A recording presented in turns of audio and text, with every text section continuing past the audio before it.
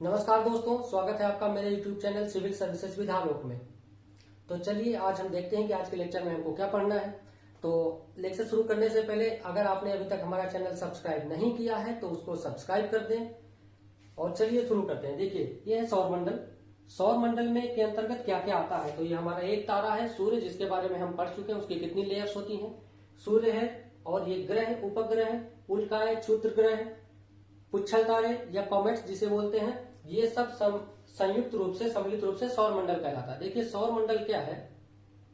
सूर्य और अन्य सभी खगोलीय पिंड जो सूर्य का चक्कर लगाते हैं, इन सब को सम्मिलित रूप से हम सौर मंडल कहते हैं। अब देखिए, सौर मंडल में सूर्य क्या है, तो एक तारा है हमारा। और ग्रह कितने हैं, 8 ग्रह हैं सौर मंडल में। बुध, शुक्र, पृथ्वी, मंगल, बृहस्पति, शनि, अरुण, वरुण। उपग्रह क्या है, तो जो ग्रह के चारों ओर चक्कर लगाते हैं उसे हम उपग्रह कहते हैं। ये हमारा प्राकृतिक भी होते हैं और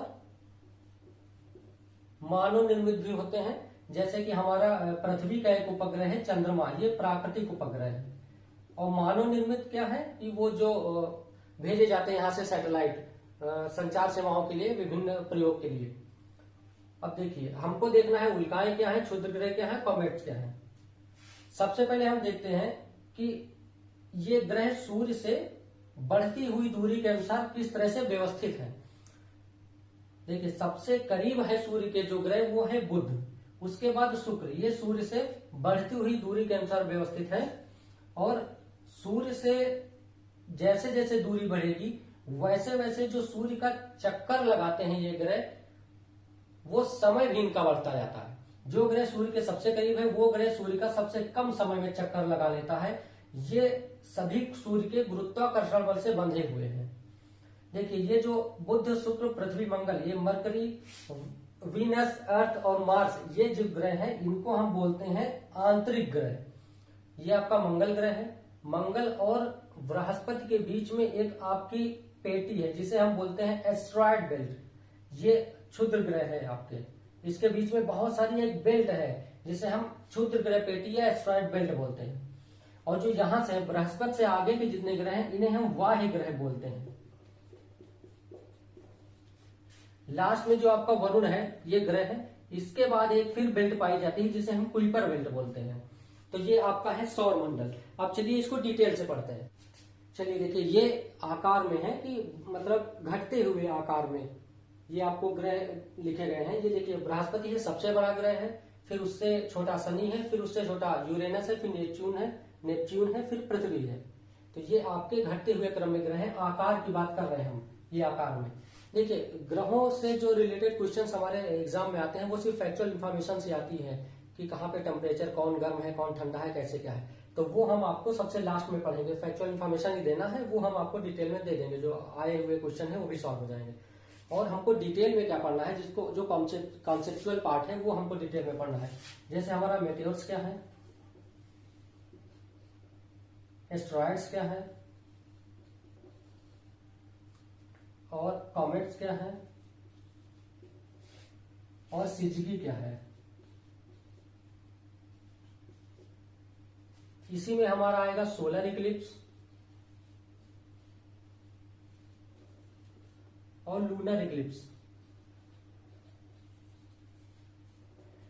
ये हमको पढ़ने हैं डिटेल में। एक क्वेश्चन आपका पूछा जाता है कि सूर्य से दूरी के क्रम में कि कौन किसके किसके बीच है। ठीक है, जैसे जैसे पूछ लिया गया कि ये आपका सूर्य है, ये आपका बुध ग्रह है, ये आपका शुक्र ग्रह है, ये आपका पृथ्वी है। अब आपसे क्वेश्चन पूछ लिया जाएगा कि सूर्य से तीसरे नंबर पे कौन सा ग्रह है, या बुध और पृथ्वी के मध्य कौन सा है, या सूर्य और पृथ्वी के मध्य कौन कौन से ग्रह हैं। तो इस तरह का क्वेश्चन आता है। तो आप किसी भी तरह से याद कर सकते हैं, या आप फिगर देख लेंगे, चित्र आपको पता चल जाएगा। पर जिस तरह से मैंने याद किया है मैं उस तरह से आपको बताता हूं। देखिए, मैंने ये जुगाड़ लगाया है कि ये जहां से ग्रह स्टार्ट होते हैं वीक, ये आपका एक हफ्ता लिखा हुआ है। एक हफ्ते के सारे दिन, एक वीक के सारे दिन लिखे हुए हैं। रवि और सोम, मंगल, बुध, बृहस्पति, शुक्र, शनि, यहीं तक है। अब देखिए हम शुरू कहां से करते हैं कि हम जहां से ग्रह है वो पहला दिन हम छोड़ देंगे। जैसे रविवार कोई ग्रह नहीं है, सोमवार सोम नाम से कोई ग्रह नहीं है, यहां नाम से मंगल नाम से ग्रह है, तो हम पहला छोड़ देंगे, मंगल हमने छोड़ दिया। दूसरा कौन सा है? बुध। ये है आपका सन, आपको पता ही है, तारा है, बाकी ये ग्रह है। अब हमने पहला छोड़ दिया है, दूसरा हमने ले लिया है, बुध हमने ले लिया। फिर एक छोड़ दिया बृहस्पति, फिर हमने शुक्र ले लिया। फिर हमको ये चीज याद रखनी है बस कि हमारी पृथ्वी तीसरे नंबर पे है, बुध के बाद शुक्र, शुक्र पृथ्वी की जुड़वा बहन कहा जाता है, इसलिए यहां पे हम पृथ्वी रख देंगे। अब देखिए पृथ्वी आ गई, फिर हमने इसको छोड़ दिया, एक हमने छोड़ा, दूसरा लिया, तीसरा छोड़ा, चौथा लिया, फिर पांचवा छोड़ा, लेकिन उसकी जगह पे हमने पृथ्वी ले ली। फिर पांचवा छोड़ने के बाद अब ये छठा यहां आएगा, मंगल। फिर ये हो चुका है, फिर ये ले लो बृहस्पति। फिर ये हो चुका है, अब ये ले लो सन। अब आपके जो बचे हैं वही यूरेनस और नेपच्यून। आप चाहे तो इस तरह से याद रख सकते हैं कि हमने एक हफ्ते, एक वीक की शुरुआत की, उसमें हमने पहला दिन जो था, पहला ग्रह वो छोड़ दिया। आपको आइडिया भी होगा कि सबसे करीब सूर्य के ग्रह बुध ही है, वो सबसे छोटा ग्रह बुध है। देखिए ये क्षुद्र ग्रह क्या है, एस्ट्रॉइड्स क्या है, तो ये मंगल और बृहस्पति के मध्य पाए जाते हैं। अभी आपने देखा था जो इसके पहले जो हमने चित्र बनाया था कि सूर्य यहाँ पे है, मंगल और बृहस्पति के मध्य जो पेटी पाई जाती है उसे हम एस्ट्रॉइड बेल्ट, क्षुद्र ग्रह पेटी कहते हैं। और ये सर्वप्रथम खोजा गया जो एस्ट्रॉइड था वो था सीरस, इसको सर्वप्रथम खोजा गया था। इनका आकार कोई निश्चित आकार नहीं होता, वो भिन्न भिन्न आकार के होते हैं। और ये सूर्य के चारों ओर, इस पेटी में सूर्य के चारों ओर ये मतलब एंटी क्लॉकवाइज, सूर्य के चारों ओर एंटी क्लॉकवाइज पाथ में इनका मूवमेंट होता रहता है। और ये अलग अलग रॉक्स के बने होते हैं, कहीं कुछ रॉक्स के ही सिर्फ बने होते हैं, कुछ मेटेलिक के ही और कुछ दोनों के कॉम्बिनेशन से बने हुए होते हैं। ये है एस्ट्रॉइड्स आपके। अब इनका महत्व क्या होता है, देखिए जो हमारा सोलर सिस्टम है, जो सूर्य है वो पृथ्वी है, इन सब के साथ ही इन्हीं एस्ट्रॉइड का निर्माण हुआ है। तो इसीलिए एस्ट्रॉइड का महत्व सबसे ज्यादा इसमें है कि हमको जानकारी मिलती है कि हमारे ब्रह्मांड की उत्पत्ति या हमारे पृथ्वी या ग्रह सूर्य की उत्पत्ति कैसे हुई है या ये कैसे बने हैं, तो इसकी जानकारी के लिए बहुत महत्वपूर्ण है। चलिए अब देखते हैं कि ये धूमकेतु क्या है। धूमकेतु या पुच्छल तारा या कॉमेट जिसे हम बोलते हैं, तो ये सूर्य के चारों ओर पैराबोलिक या हाइपर पैराबोलिक पाथ में मूवमेंट करते हैं। ये पत्थर, धूल कण या बर्फ के हिमानी कण, इन सबकी चट्टानी और धातुई पिंड है, ठोस पिंड है। ये सूर्य के चारों ओर पैराबोलिक या हाइपर पैराबोलिक पाथ में मूवमेंट करते हैं। इनका स्वयं का कोई प्रकाश नहीं होता, बल्कि ये जब सूर्य के करीब आते हैं तो उसके घर्षण से इनमें ये जलने लगते हैं, घर्षण से ये जलने लगते हैं, जिस वजह से ये चमकदार हमको दिखाई पड़ते हैं। बाकी इनका स्वयं का कोई प्रकाश नहीं होता है। इनके 3 भाग होते हैं। ये जो आपका कॉमेट है इसके 3 भाग होते हैं। पहला है उसका नाभि या न्यूक्लियस होता है, दूसरा उसका कोमा या डस्टी क्लाउड और तीसरा उसकी पूंछ होती है। चलिए चित्र के माध्यम से इसको हम समझते हैं कि ये क्या है। अब देखिए ये धूमकेतु या पुच्छल तारा या कॉमेट क्या होता है। देखिए कॉमेट जो होते हैं ये हमारा सूर्य है, ये सूर्य के चारों ओर चक्कर लगा रहे हैं, और जब ये कोई कॉमेट ये सूर्य की ओर आता है तो ये क्या है, गैस, रॉक एंड डस्ट, इनका एक सम्मिलित रूप है, ये कॉमेट बोलते हैं इसको। और यही कॉमेट जब सूर्य की ओर आता है तो इसकी गैस जो होती है और डस्ट ये वेपराइज हो जाती है, तो यही इसका टेल का, यही इसके पूंछ का रूप धारण कर लेती है। इसी को हम पूंछ, इसीलिए इसे पुच्छल तारा बोलते हैं, क्योंकि जिसका गैस और डस्ट है वो वेपराइज होके सूर्य के गर्मी, सूर्य के रेडिएशन से वेपराइज होके ये पूंछ का रूप ले लेती है।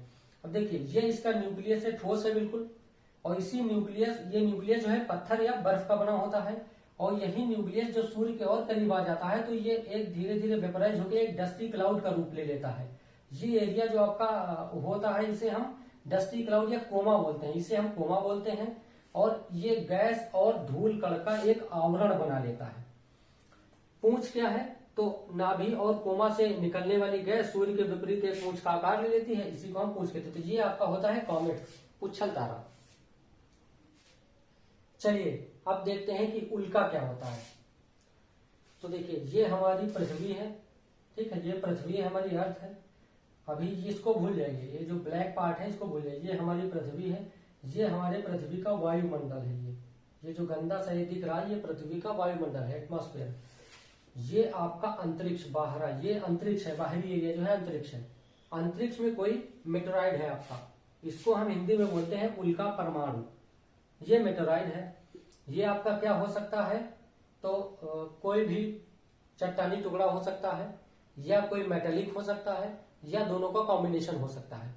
और ये आपका एस्ट्रॉइड भी हो सकता है या कॉमेट भी हो सकता है। तो कॉमेट्स या एस्ट्रॉइड कुछ भी होके, ये कॉमेट्स भी हो सकता है, एस्ट्रॉइड भी हो सकता है। ये जो आपका मेटेरॉइड है, जब ये अंतरिक्ष में है जिस समय, उस समय से हम उल्का परमाणु या मेटेरॉइड बोलते हैं। एक कठोर पिंड अंतरिक्ष में गतिशील है, सूर्य का चक्कर लगा रहा है।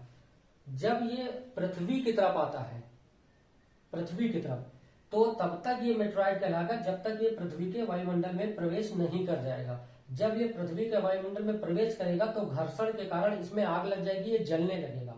जब ये जलने लगेगा और पृथ्वी के वायुमंडल में आ जाएगा, तब इसे हम बोलेंगे मेटेओर बोलेंगे या उल्का बोलते हैं। इसी को हम शूटिंग स्टार बोलते हैं, चमकता हुआ तारा, इसी को हम बोलते हैं। अब जब ये जल जाएगा, घर्षण के कारण वायुमंडल में आएगा, और जल के जब नष्ट हो जाएगा तो सिर्फ एक पिंड बचेगा। तो वो जला हुआ पिंड जब पृथ्वी पे आके गिरता है तो हम उसे मेटेराइट बोलते हैं। इसे हम उल्का पिंड या उल्काश्म बोलते हैं। मेटेर जलकर नष्ट हो जाता है और एक पिंड के रूप में पृथ्वी पर गिर जाता है। अब इसका उदाहरण आप देख लीजिए क्या है। एक है लोनार झील, महाराष्ट्र में है लोनार झील, लोनार क्रेटर। ये जो है लोनार झील, ये उल्का पिंड के गिरने से ही एक झील बनी है। गड्ढा हो गया है, उसमें पानी भर गया है, तो वही इसे झील कहने लगे हैं। अब देखिए सिजगी, सिजगी की कंडीशन क्या होती है। सिजगी क्या होता है कि जब सूर्य, चंद्रमा और पृथ्वी ये तीनों एक सीधी रेखा में हो, सूर्य, मून, अर्थ, सन, मून, अर्थ, ये तीनों एक सीधी रेखा में जब होंगे तो इस कंडीशन को हम बोलते हैं सिजगी। अब इसमें क्या होता है, दो कंडीशन है। एक को हम युति बोलते हैं कंजक्शन से, एक को वियुति बोलते हैं अपोजिशन। इसमें क्या होता है, एक कंडीशन में क्या है कि हमारा चंद्रमा, सूर्य तो वही है, क्योंकि सूर्य वही है, ये रोटेट कर रहे हैं चारों तरफ इसके। तो एक कंडीशन में हमारा चंद्रमा बीच में आएगा, एक कंडीशन में हमारा पृथ्वी बीच में आएगी। सूर्य और पृथ्वी के बीच में चंद्रमा आ जाएगा और सूर्य और चंद्रमा के बीच में पृथ्वी आ जाएगी। तो इसको हम क्या बोलेंगे, सूर्य ग्रहण, सोलर इक्लिप्स बोलते हैं। ये हमेशा जब भी देखिए, ये है हमारा सूर्य और ये पृथ्वी, मान लीजिए हम यहाँ पे खड़े हैं। देखिए अब पृथ्वी पे हैं तो हमको सूर्य के संदर्भ में देख रहे हैं हम, तो सूर्य की किरणें नहीं आ रही हमारे पास। क्या होगा, जब बीच में चंद्रमा आ जाएगा तो सूर्य की किरणें पृथ्वी तक नहीं पहुंच पाएंगी, चंद्रमा उसे रोक लेगा। तब क्या होगा, हमारे दृष्टिकोण से देखेंगे पृथ्वी के, तो क्या होगा कि सूर्य पे ग्रहण लग गया, सूर्य हमको नहीं दिख रहा, मतलब सूर्य पे ग्रहण लगा है, तो हम बोलेंगे सूर्य ग्रहण। यहां पे देखिए क्या है, हम तो यहीं पे हैं, पृथ्वी पे ही हैं, ठीक है। सूर्य तो हमको पूरा दिख रहा है, लेकिन अब क्या है कि चंद्रमा नहीं दिख रहा है, क्योंकि चंद्रमा पे रोशनी नहीं जा रही है। नहीं दिख रहा है का मतलब कि चंद्रमा पे रोशनी नहीं जा रही है, तो चंद्रमा पे ग्रहण लगा है, तो हम क्या बोलेंगे, चंद्र ग्रहण। लूनर इक्लिप्स का मतलब चंद्र ग्रहण। अब देखिए, ये हमेशा न्यू मून डे जो होता है, अमावस्या होती है, अमावस्या को ही सूर्य ग्रहण। ये जरूरी नहीं है कि प्रत्येक अमावस्या या प्रत्येक पूर्णिमा को सूर्य ग्रहण या चंद्र ग्रहण लगे, लेकिन जब भी सूर्य ग्रहण लगेगा वो अमावस्या को ही लगेगा, और जब भी चंद्र ग्रहण लगेगा वो पूर्णिमा या फुल मून को ही लगेगा। अब देखिए, प्रत्येक अमावस्या को क्यों नहीं लगता है, क्योंकि ये हमारा सूर्य है, ये हमारी पृथ्वी है, ये 23 डिग्री पे झुकी हुई है, ये एंटी क्लॉकवाइज रोटेट कर रही है। तो ये हमारा इसका उपग्रह है चंद्रमा, ये है हमारा मून। अब ये जो रोटेट करता है, तो ये चूंकि पृथ्वी झुकी है, झुकी नहीं होती तो ये हमेशा ऐसे ऐसे रोटेट करता, अब झुकी है तो ये इस तरह रोटेशन हो जाता है, तो इसके सीध में नहीं आ पाता। अब यहाँ आ जाएगा तो इसकी छाया इधर पड़ेगी, तो हमको हमारे ऊपर कोई असर नहीं पड़ेगा, सूर्य ग्रहण नहीं लगेगा। लेकिन जब यही रोटेशन यहाँ पे आके रुकेगा, तब इसकी छाया ये चंद्रमा रोकेगा, तब सूर्य ग्रहण होगा।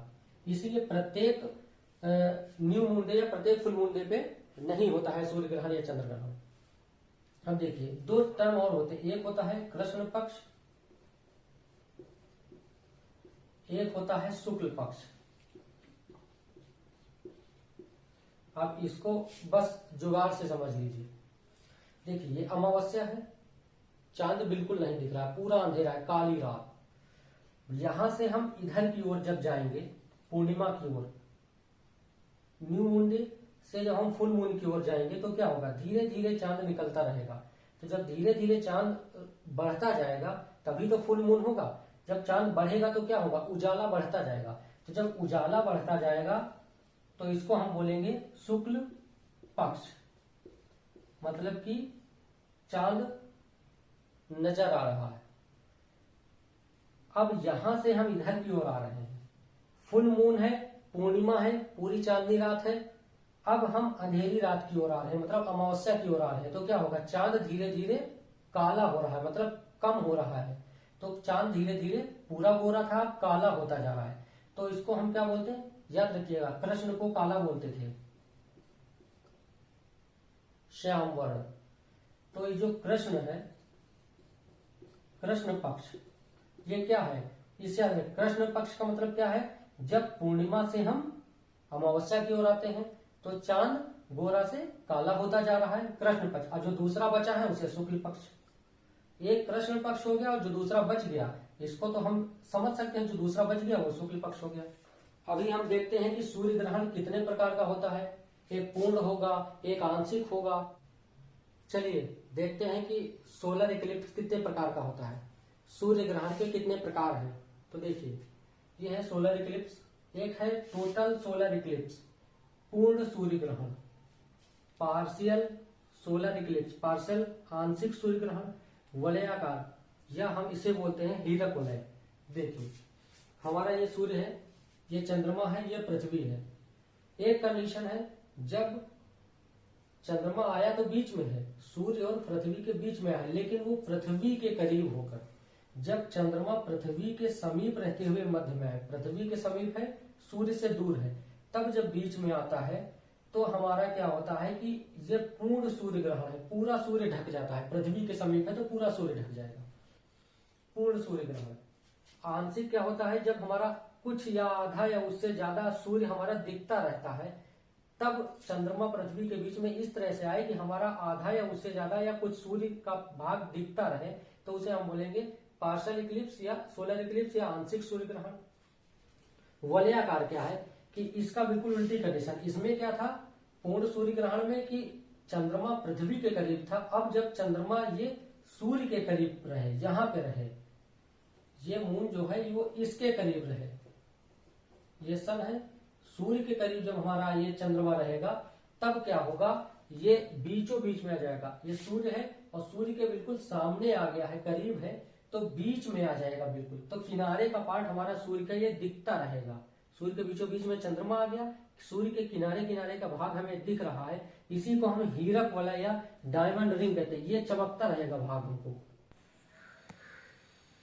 चलिए देखते हैं, ये है आपका new moon day. New moon day क्या था, मैंने वीडियो में पढ़ाया है कि जब सोलर इक्लिप्स होता है।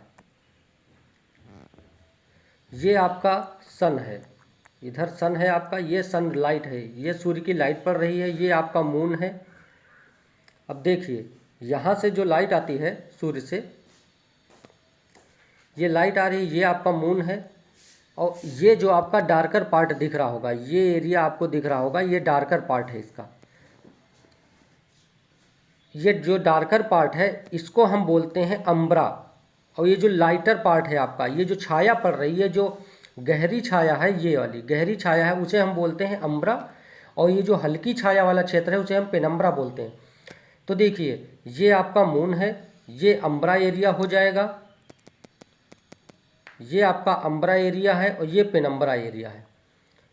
इस कंडीशन को हम क्या बोलते हैं, न्यू मून डे या सूर्य ग्रहण इसे बोलते हैं। सोलर इक्लिप्स सूर्य ग्रहण की कंडीशन है ये। इधर सूर्य हमको नहीं दिख रहा, हम अगर यहाँ पे हैं तो हमको क्या है, ये सूर्य नहीं दिख रहा है क्योंकि बीच में चंद्रमा आ गया है। देखिए ये आपका चंद्र ग्रहण है, ये आपका लूनर इक्लिप्स है, कंडीशन है, चंद्र ग्रहण है। इधर हमारा सन है। जब सूर्य की किरणें पृथ्वी पर पड़ती है, मतलब पृथ्वी जब बीच में आ गई है और चंद्रमा पृथ्वी बीच में है, ये है आपका मून। चंद्रमा और सूर्य के बीच में जब पृथ्वी आ गई तो लूनर इक्लिप्स मतलब चंद्र ग्रहण। अब इसकी दो कंडीशन होती हैं।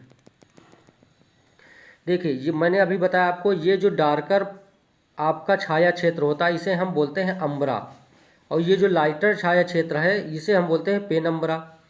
तो जब आपका चंद्रमा, ये मान लीजिए चंद्रमा यहाँ है, जब अम्बरा क्षेत्र में आपका ये चंद्रमा, ये मून है, रहता है, तो हम बोलते हैं पार्शियल लूनर इक्लिप्स, आंशिक चंद्र ग्रहण। और जब यही चंद्रमा पृथ्वी की परिक्रमा करते हुए ये डार्कर पार्ट में आ जाता है, ये चंद्रमा है, मून है, ये डार्कर पार्ट में आ जाता है, तब ये हमको चंद्रमा जो है ये रेड कलर में हल्का दिखाई पड़ता है, तो इसे हम बोलेंगे पूर्ण, टोटल लूनर इक्लिप्स।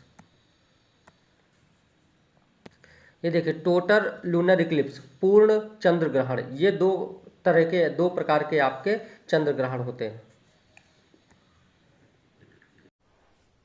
चलिए अब देख लेते हैं कि ज्वार और भाटा क्या होता है।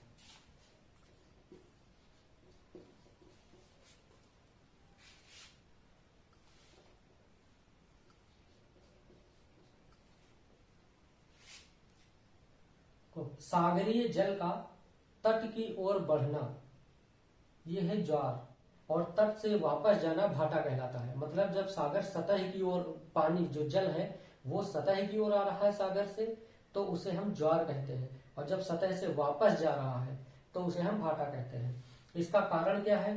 तो इसका कारण है सूर्य और चंद्रमा, इन दोनों की आकर्षण शक्तियां, सूर्य और चंद्रमा की आकर्षण शक्ति की वजह से ही ज्वार और भाटा की स्थिति होती है। अब देखिए कितने प्रकार का होता है, देखें, एक है दीर्घ ज्वार, एक है लघु ज्वार। दीर्घ ज्वार कब आता है? मतलब एक पानी की, एक जल की बड़ी राशि जब सतह की ओर आती है, बहुत बड़ी राशि, तो उसे हम दीर्घ ज्वार कहते हैं। और जब थोड़ी सी राशि आती है तो उसे हम लघु ज्वार कहते हैं। दीर्घ ज्वार का मतलब है कि ज्यादा आकर्षण से, जब ये आकर्षण शक्ति की वजह से ही आता है, तो जब ज्यादा आकर्षण शक्ति लगेगी तो दीर्घ ज्वार आएगा। ठीक है, तो ये ज्यादा आकर्षण शक्ति कब लगेगी? न्यू मून डे पर और फुल मून डे पर। ये कंडीशन हम पढ़ चुके हैं। जैसे कि ये हमारा सूर्य है, ये है हमारा सूर्य, ये हमारा चंद्रमा है, ये हमारी पृथ्वी है, ये मून है, ये अर्थ है। अब ये दोनों इस पे आकर्षण शक्ति लगाते हैं। ये इस पे पानी भरा हुआ है पृथ्वी की सतह पे, ये जल है, ये हो गया आपका जल। जब ये चंद्रमा और सूर्य ये दोनों एक सीधी रेखा में होते हैं, तो दोनों के सम्मिलित आकर्षण बल से ये जल का खिंचाव इधर हो जाता है, चंद्रमा की ओर हो जाता है। तो ये जो जल है ये पहले मान लीजिए यहां से था, ठीक है, लेकिन जब इसका खिंचाव यहां से आकर्षण बल लगता है दोनों का, तो इसका खिंचाव चंद्रमा की ओर हो जाता है। तो ये जल यहां था, अब यहां से अब यहां आ जा रहा है, थोड़ा आगे जल ये सतह की ओर बढ़ के चला आ रहा है, जिसे हम ज्वार कहते हैं। अब यहाँ पे जल सिमट जाएगा, इसे हम क्या बोलेंगे? भाटा बोलेंगे। इधर आएगा भाटा और ये आएगा ज्वार बोलेंगे।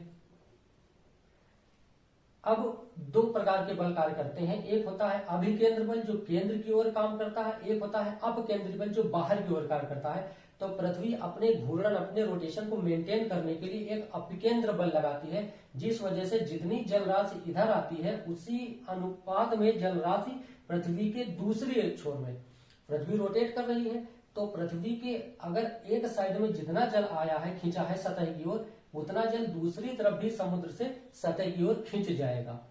इसीलिए एक समय पे दो साइड में पृथ्वी के ज्वार आते हैं, दो ज्वार आते हैं, एक चंद्रमा और सूर्य की ओर, एक इसके जस्ट विपरीत दिशा में, एक इधर ज्वार आएगा तो एक इधर ज्वार आएगा। तो देखिए new moon day, full moon day, दोनों में यही कंडीशन होती है। एक में सूर्य इधर है, एक में चंद्रमा इधर है, तो दोनों में हमारे स्प्रिंग टाइड मतलब दीर्घ ज्वार आएंगे। अब सूर्य है तो बहुत बड़ा, लेकिन चूंकि पृथ्वी से सूर्य की दूरी चंद्रमा की तुलना में कई गुना अधिक है, इसीलिए इसकी आकर्षण शक्ति इसकी तुलना में कम लगती है। इसीलिए ये ज्वार के आने के लिए ये चंद्रमा ज्यादा उत्तरदायी है। लघु ज्वार का मतलब क्या है, 90 डिग्री पे है। अब सूर्य इधर है, पृथ्वी यहाँ पे है, चंद्रमा यहाँ पे है, तो सूर्य और चंद्रमा जब 90 डिग्री का एंगल बनाते हैं पृथ्वी से, तो दोनों लगभग बैलेंस कर देते हैं अपनी आकर्षण शक्ति को, तो इससे लघु ज्वार आता है। इसे हम नीप टाइड बोलते हैं। आज के वीडियो में इतना ही, मिलते हैं नेक्स्ट वीडियो में।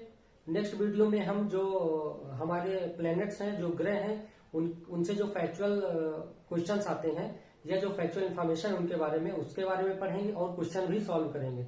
तो तब तक के लिए नमस्कार। और अगर अभी भी आपने मेरे चैनल को सब्सक्राइब नहीं किया है तो हमारे चैनल को सब्सक्राइब करें और नोटिफिकेशन बेल जरूर ऑन कर दें, जिससे हमारा आने वाला हर वीडियो आप तक सबसे पहले